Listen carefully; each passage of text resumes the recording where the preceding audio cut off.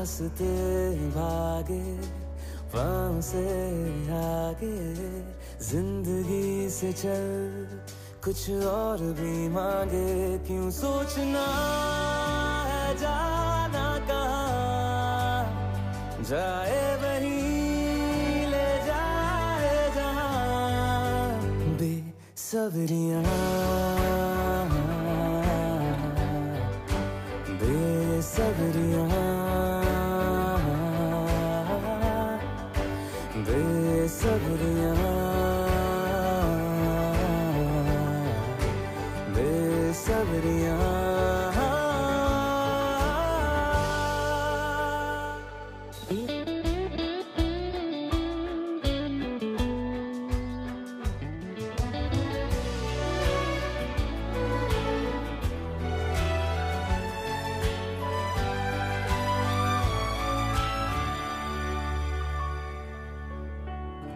कदमों पे तेरे बादल झुकेंगे जब तक तुझे एहसास है। जागीर तेरी तेरा खजाना, ये तश्नगी है ये प्यास है। क्यों रोकना अब ये कारवां।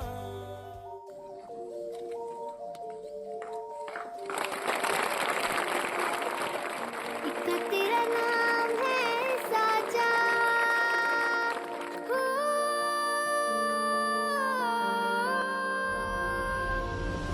एक तेरा नाम है साजा, मन मेरी आने पाचा, बस नाम तेरा माँ हो।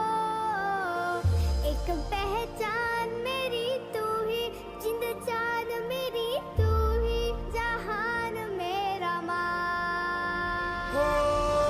तुझ पे वारना 100 वारी जान मैं, तुझ पे वारना 100 वारी जान मैं, तेरे कुर्बान मेरी माँ।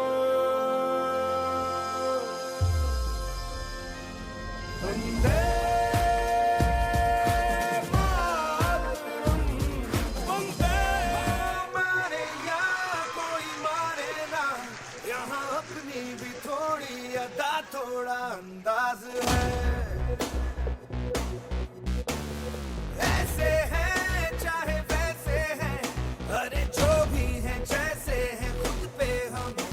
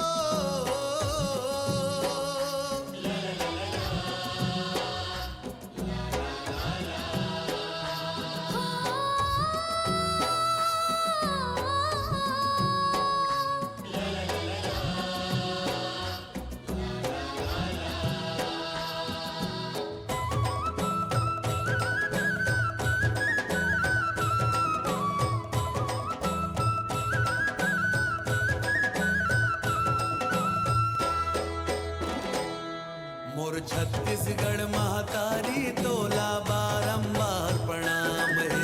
छत्तीसगढ़ महातारी तोला बारंबार प्रणाम है। तोर को रामा जन्मोदाई वो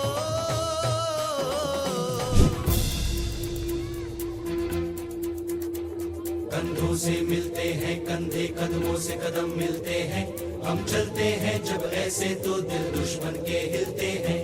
अब तो हमें आगे बढ़ते हैं रहना, अब तो हमें साथी है बस इतना ही कहना।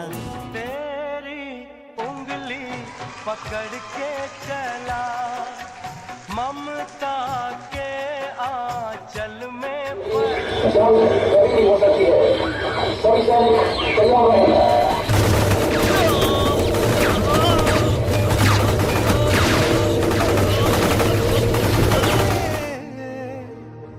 हम सबका लहरा लो तिरंगा प्यारा। ऐ मेरे वतन के लोगों जरा आँख में भर लो पानी, जो शहीद हुए हैं उनकी जरा याद करो कुर्बानी।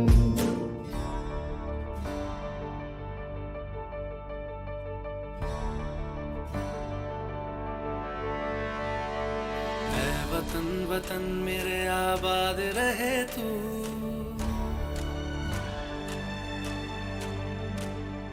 ऐ वतन वतन मेरे आबाद रहे तू। ऐ वतन वतन मेरे आबाद रहे तू, मैं जहाँ रहूँ जहाँ मैं याद रहे तू। मैं जहाँ रहूँ जहाँ मैं याद रहे तू। ऐ वतन मेरे वतन, ऐ वतन मेरे वतन।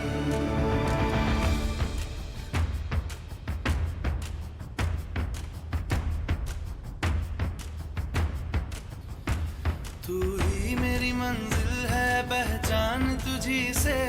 तू ही मेरी मंजिल है पहचान तुझी से। पहुँचूं मैं जहाँ भी मेरी बुनियाद रहे तू। पहुँचूं मैं जहाँ भी मेरी बुनियाद रहे तू। ऐ वतन वतन मेरे आबाद रहे तू, मैं जहाँ रहूँ जहाँ मैं याद रहे तू। ऐ वतन मेरे वतन, ऐ वतन मेरे वतन।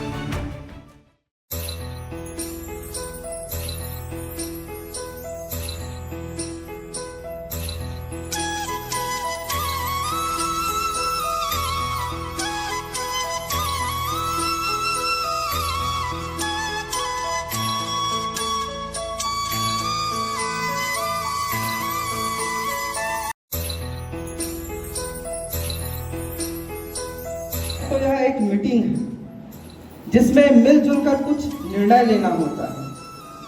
बच्चों के सर्वांगीण विकास के लिए आपका सहयोग भी उतना अनिवार्य है जितना एक शिक्षक का।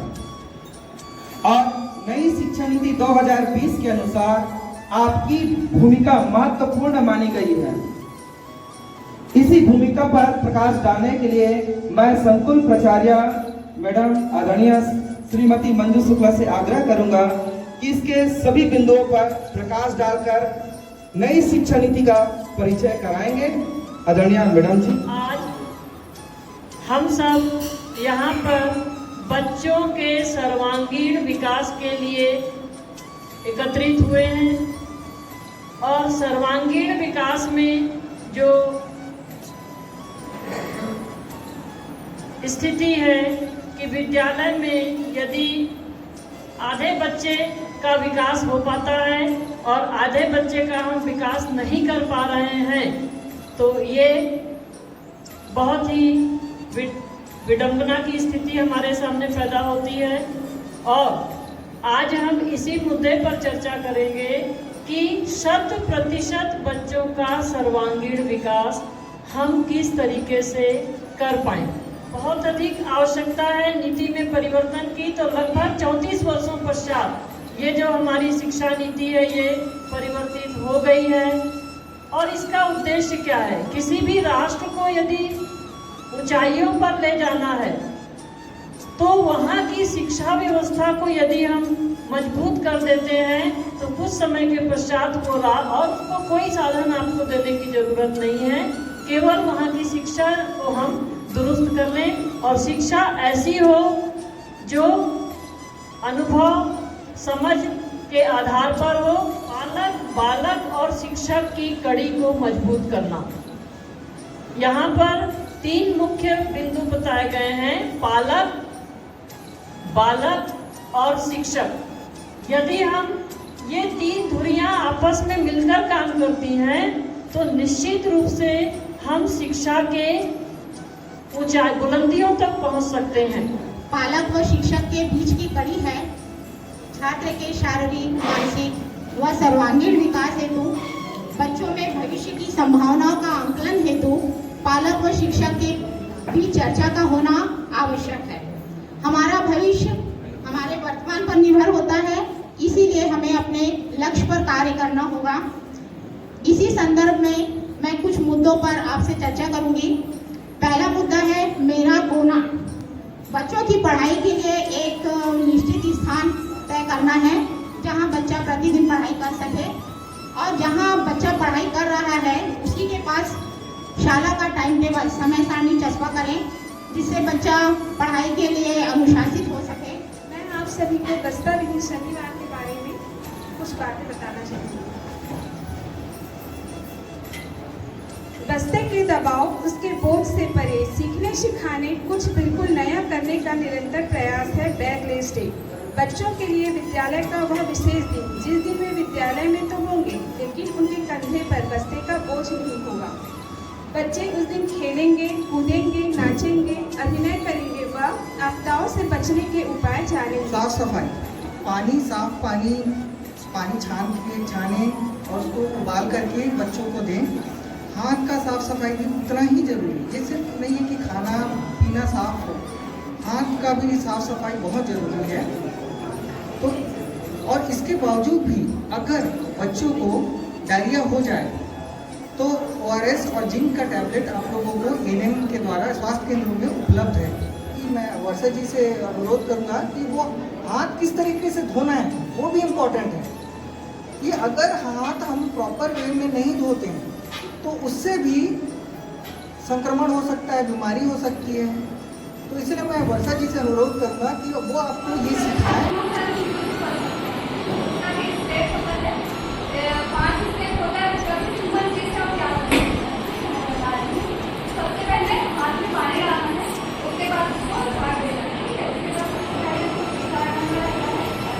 एस से सीधा, सुमन का एस सीधा।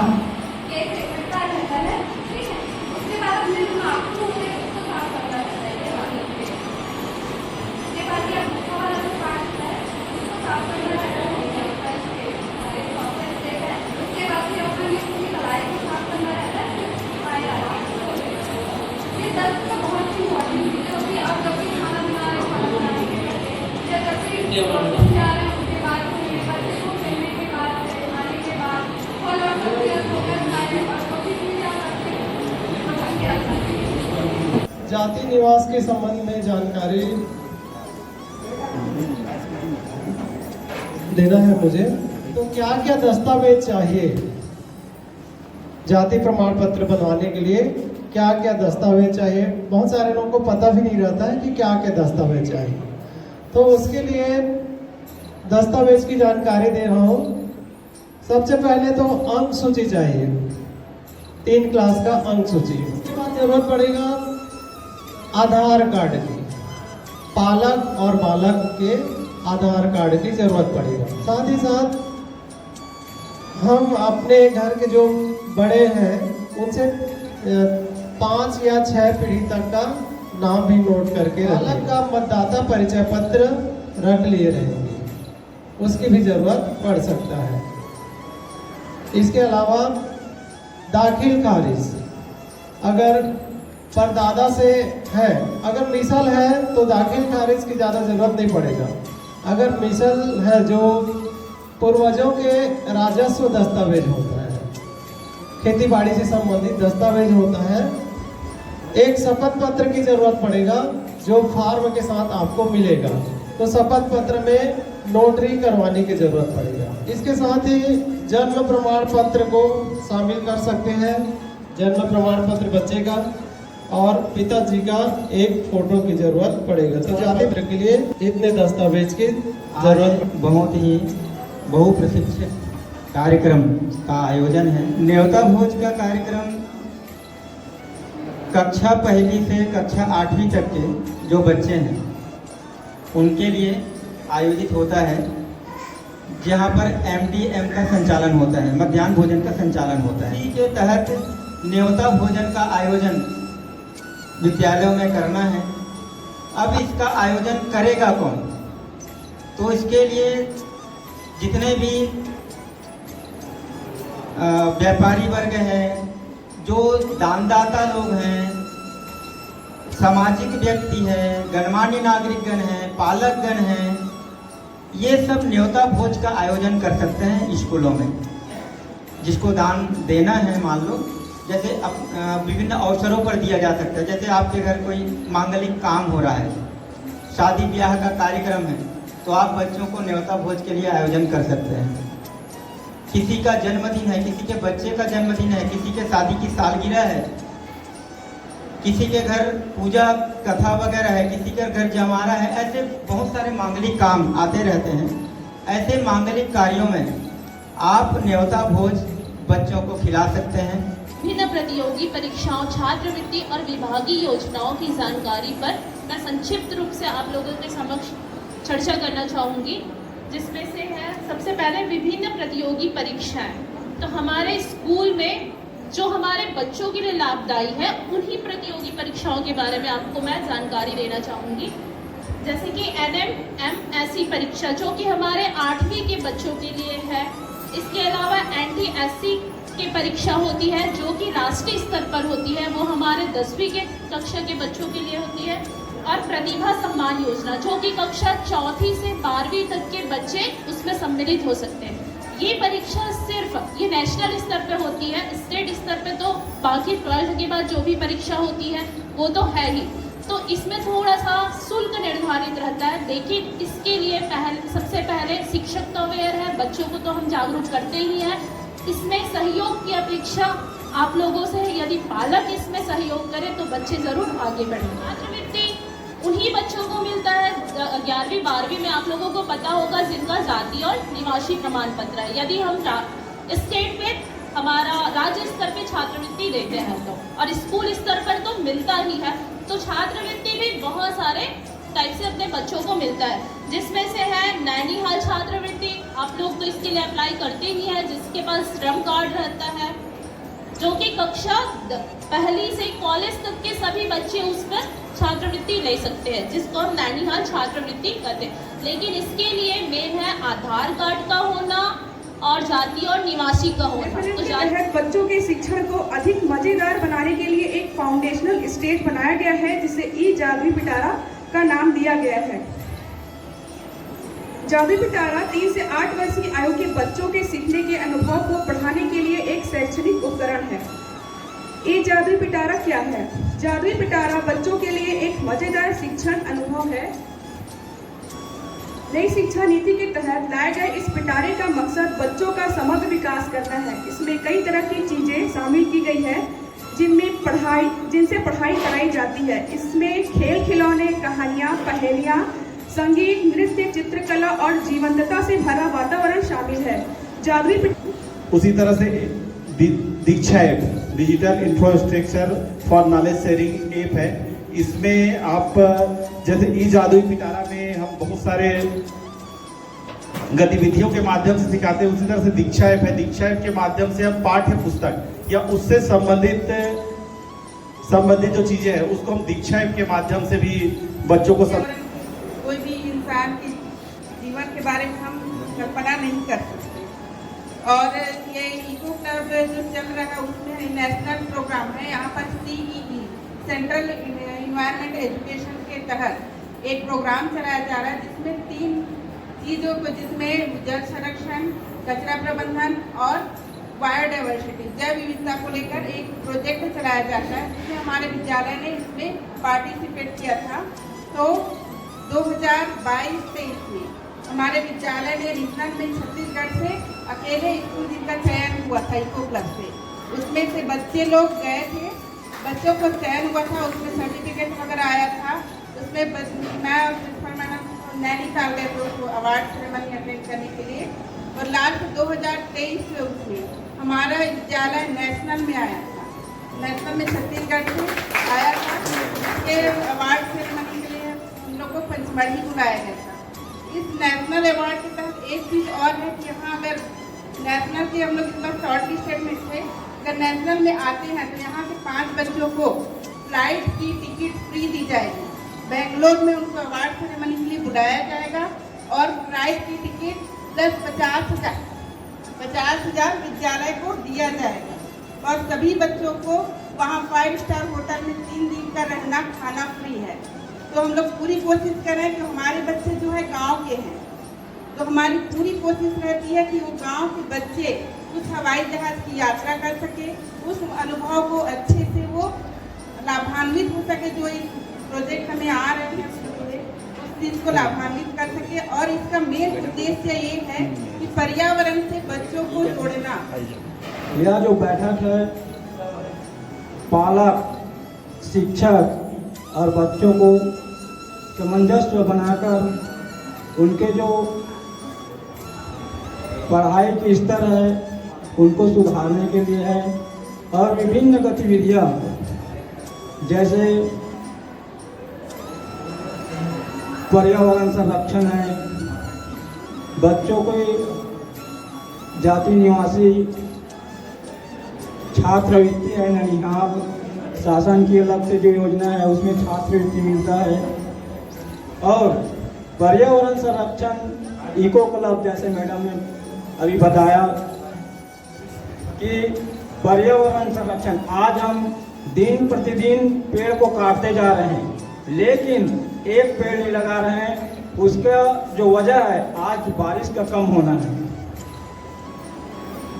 इसलिए सरकार जो आदेशित कर रहे हैं कि माँ के नाम एक पेड़, आप लोग अवश्य एक पेड़ लगाएं। पेड़ माँ के नाम, और वास्तव में पेड़ हमारे लिए बहुत अमूल्य है। पेड़ से ऑक्सीजन मिलता है और पेड़ के वजह से अक्सर अभी जंगलों में बहुत पानी गिरता है, हमारे मैदानी क्षेत्र में पानी कम गिरता है क्योंकि पेड़ बहुत कम है। और बहुत कम कीमत में हमारे गांव में इस स्कूल के पीछे नाला के तरफ दिन में दोपहर में हम लोग आने जाने के लिए डरते थे, इतना घना जंगल जैसा था। आज यहाँ का आदमी पांधा का कुब्जा का आदमी को देख सकते हैं, पूरा पेड़ कट गया है। तो मेरा ये मानना है एक पेड़ माँ के नाम एक बहुत अच्छा योजना है। अनुभव किया है कि पालक, बालक और शिक्षक बीच में होता है बालक। ये मैंने अनुभव किया है, मैं जब दीमापुर नागालैंड में था, टीचर लोग और पालक बहुत ज़्यादा ही संपर्क में रहते थे। हम लोग भी और शिक्षक एक तो बालक के कमियों को बताते थे और इससे बच्चे का बहुत अच्छा विकास होता है। क्या क्या कमी है बताने से, क्या बदमाशी करता है वो बालक को बताने से क्या है उसको सुधारने का प्रयास करते हैं। और पढ़ाई के संबंध में आज ये पढ़ाना है और इस चीज़ की तैयारी कराइए, इस चीज़ में इस सब्जेक्ट में कमी है करके अगर पालक को जानकारी दिया जाता है तो घर में उस पर ज़्यादा जोर देके उसको उस सब्जेक्ट में अच्छे से आगे बढ़ाया जा सकता है। बालक और शिक्षक तीन सबसे पहले ही होते पालक। हमारे यहाँ का संस्थान की जतका हो सके बालक लगाकर भरोसा छोड़ना शिक्षक के भरोसा, लेकिन हमला शिक्षक के भरोसा बालक ला नहीं छोड़ना। काबर अभी सर बताइए कि 6 घंटा बालक है शिक्षक के पास रहती, लेकिन 18 घंटा बालक काकर पास रहती है, पालक के पास रहती है। तो ओला हमला ध्यान देना है। स्कूल ले जाए के बाद पालक के ध्यान बालक ऊपर रिपे नहीं करे काबर लड़का काय करा थे का नहीं करे थोड़ा देखते नहीं करे काबर नहीं देखा है लड़का हम दे रहे हैं मोबाइल लड़का मन हाँ आप देखा तो सबके घर में मोबाइल है 10 आदमी तो 10 ठन मोबाइल एक मोबाइल का घर काम चल सकता है लेकिन 10 आदमी तो 10 ठन मोबाइल तो लड़का मन हम का करा थे का नहीं करे एला पहले देखना शाला में नियम के अनुसार मैं थोड़ा सा बात करूंगी। बच्चे छात्र आते हैं स्कूल समय पर आए और अपने ड्रेस स्वच्छ रखे, जूता पहन के आए, मोजा पहन के आए और नियम का पालन करें। बच्चों को प्रेशर ना करें, उनको ऑप्शन बताइए कि आपके पास बेटा 10 रास्ते हैं, तो अपनी क्षमता के अनुरूप देखो हर आदमी कलेक्टर नहीं बन सकता, हर आदमी प्रधानमंत्री नहीं बन सकता, सबकी अपनी क्षमता होती है उसको आपको एक्सेप्ट करना चाहिए। उसमें ये नहीं कि हर बच्चे को कलेक्टर करना, बच्चे को आप बैठाइए, बच्चे को रास्ता दिखाइए, उसकी अपनी क्षमता के अनुसार उसको रास्ता चूज करने में उसकी मदद करें, प्रेशर करने के बजाय, तो उससे आपका बच्चा ज़्यादा तरक्की कर सके। क्योंकि और परसेंट पे मेरा ज़्यादा बिलीव रहता नहीं है, क्योंकि जो मेरी कक्षा में और जो मेरे कॉलेज में उनका 90% 85% आता था, लोग बहुत अधिक ज़्यादा कुछ कर नहीं पाए, जो मेरे आके देख रहा हूँ मैं, मतलब जॉब अभी तक लग भी नहीं पाते। खैर ये तो फिर लग का भी विषय है और मेहनत का भी विषय होता है, तो परसेंट पे बहुत ज़्यादा कोई वो नहीं करता है कि ना इसका 90% आ रहा है तो इसका भविष्य बहुत ही ज़्यादा उज्ज्वल है, लेकिन एकदम आप गारंटी नहीं हो सकते। और बच्चे को परसेंट के बजाय समझने में कि अगर कोई चीज़ बच्चा 10 सब्जेक्ट पढ़ रहा है, हम 10 को 10 तक प्रमाण नहीं कर सकते, लेकिन किसी क्लास में अगर एक आध टॉपिक अगर पढ़ लिया कि हम एक कक्षा से दूसरी कक्षा में पहुँच जाते हैं, लेकिन पिछली कक्षा में क्या पढ़े रहते हैं, पिछले साल क्या पढ़े हैं, 6 में क्या पढ़े, 7 में याद नहीं रहता है। अब धीरे धीरे शिक्षा का स्तर बहुत बढ़ते जा रहा है, मैडम लोग, टीचर लोग, सभी लोग बहुत पढ़ाने के तरीकों में बहुत सा बदलाव कर रहे हैं, जिससे बच्चे लोग भी समझने की क्षमता विकसित हो रही है। तो टीचर लोग भी अच्छा काम कर रहे हैं।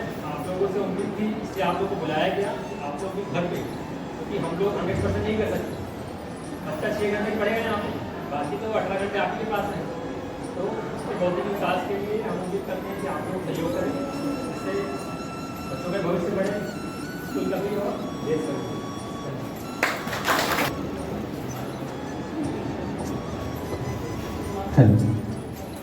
आप सबको पुनः नमस्कार। जैसे आप लोगों को पता है, ये भी एक नवभारत साक्षरता कार्यक्रम संचालित हो रहा है। एक शपथ है, इस शपथ को आप लोग भी उसमें सहयोग करेंगे, इसके लिए एक शपथ है। इस शपथ को मैं पढ़ूंगा, आप लोग दोहराएंगे, थोड़ा सा अपने जगह पे खड़े हो जाएंगे और हाथ सामने रख लेंगे। मैं जैसे जैसे बोलूँगा उसके हिसाब से आप लोग बोलेंगे। मैं यह प्रतिज्ञा लेता हूँ कि मैं उल्लास नवभारत साक्षरता कार्यक्रम से जुड़कर शिक्षार्थियों को शिक्षा प्रदान करूँगा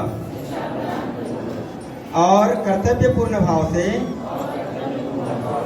योगदान दूंगा। मैं शिक्षार्थियों को साक्षर बनाने में अपने पूर्ण ज्ञान और कौशल का प्रयोग करूंगा। मैं लोगों को साक्षर बनाने के लिए प्रेरित करूंगा और मेरा यह निरंतर प्रयास रहेगा कि देश का जन जन बने साक्षर। जय हिंद, जय छत्तीसगढ़, जय अक्षर। धन्यवाद।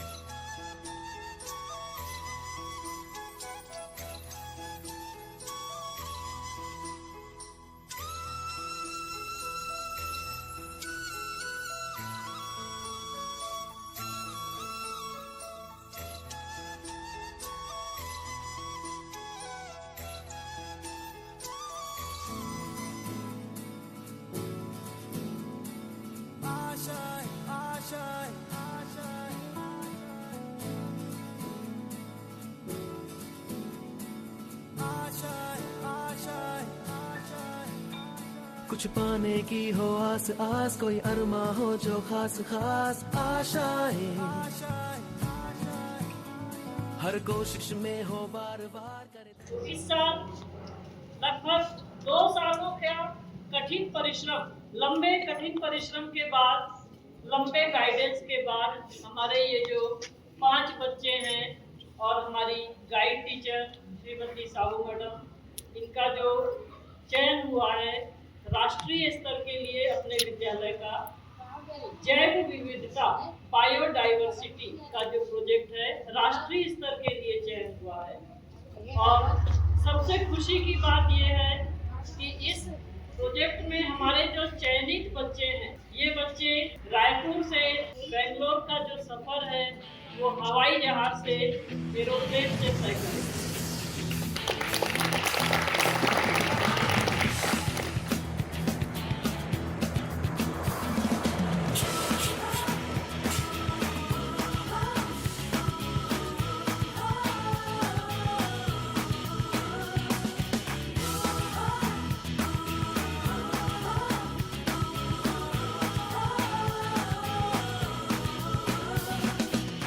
सोचा कहाँ था ये जो हो गया, माना कहाँ था ये लो हो गया। चुटकी कोई काटो ना है हम तो होश में, कदमों को थामो ये है उड़ते जोश में। बादल पे पाँव है या छूटा गाँव है। वहाँ पर विदेशों से भी लोग आए थे और विदेशों से वो अपने देश में पर्यावरण के लिए क्या क्या काम कर रहे हैं उसके ऊपर चर्चा हो रही थी और किस प्रकार से हम 2030 तक अपने पर्यावरण को वेस्ट कर सकते हैं। तो इसके दो वक्तव्य मैडम आपका भी चाहेंगे, आप वहाँ से क्या सीख कर आए हैं, थोड़ा बच्चों को भी बताएं, स्टाफ को भी बताएं।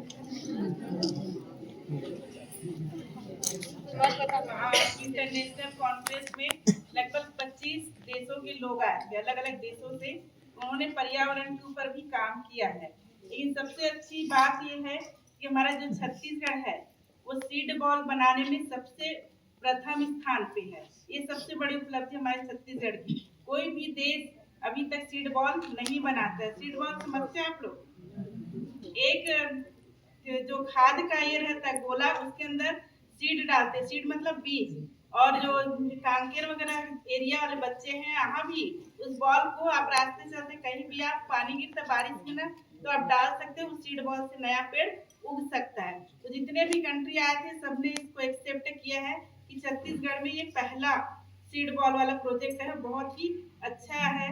और छत्तीसगढ़ से एक जैन कैंप की एक पर्यावरण वाले की एक प्रोजेक्ट है, उनका भी सिलेक्ट हुआ था से। अच्छा। और अध्ययन के लिए पूरे ऑल इंडिया में 4 लोगों बस का हुआ था। एक आगरा से एक मैडम थी, एक दिल्ली से, एक छत्तीसगढ़ से मैं थी और एक राजस्थान से। तो वही बोला गया है कि जब छत्तीसगढ़ को इतना इम्पोर्टेंस दिया गया है तो हम लोग को भी आगे आना चाहिए उस चीज को लेके। और दूसरी चीज हमारे वेस्ट मैनेजमेंट के ऊपर भी वहाँ पर कहा गया है कि वेस्ट मैनेजमेंट जैसे प्लास्टिक आप लोग ये खा के फेंकते हो, तो अभी कुछ दिनों में आप लोग के लिए बाल्टी वगैरह लगा दी जाएगी वहाँ पर। तो ये सब प्लास्टिक है, उसका क्या करेंगे आप, उसमें बाल्टी में डालेंगे, ठीक है। तो जब हमारा स्कूल इको स्कूल घोषित हुआ है तो थोड़ा सा आपको साफ सफाई और पर्यावरण के ऊपर भी ध्यान देना है। और जो प्लास्टिक वगैरह की जो यूज है, कोशिश करना कि जितना हो सके कम से कम यूज करें। आप अपने आप में, अपनी फैमिली में और अपने गांव में इसका प्रचार करें, ठीक है। चल पड़ी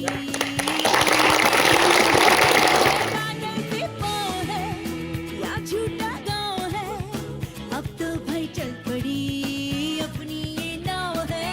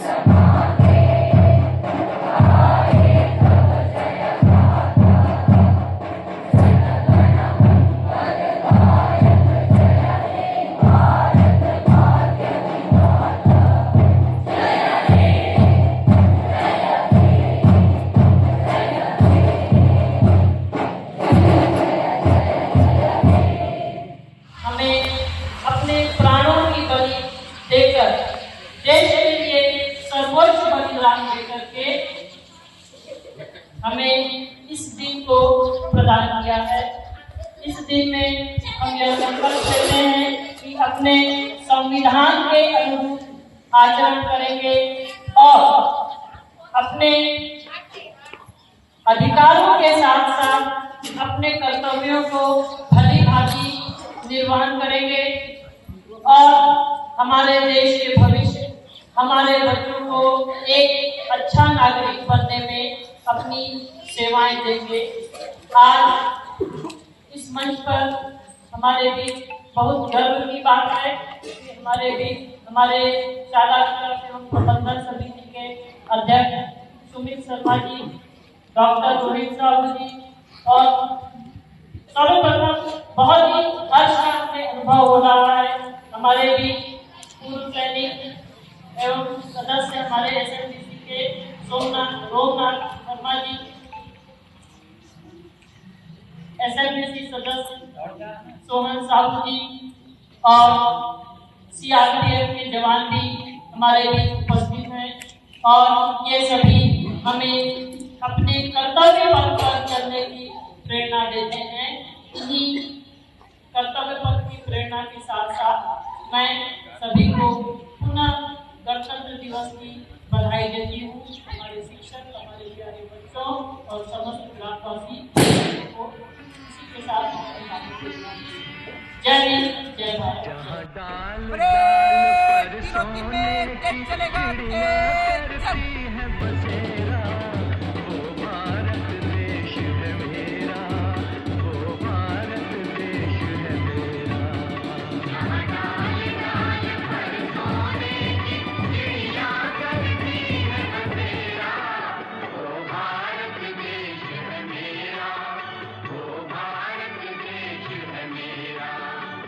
सत्य, अहिंसा और धर्म का पग पग लगता डेरा, वो भारत देश है मेरा, वो भारत देश है मेरा।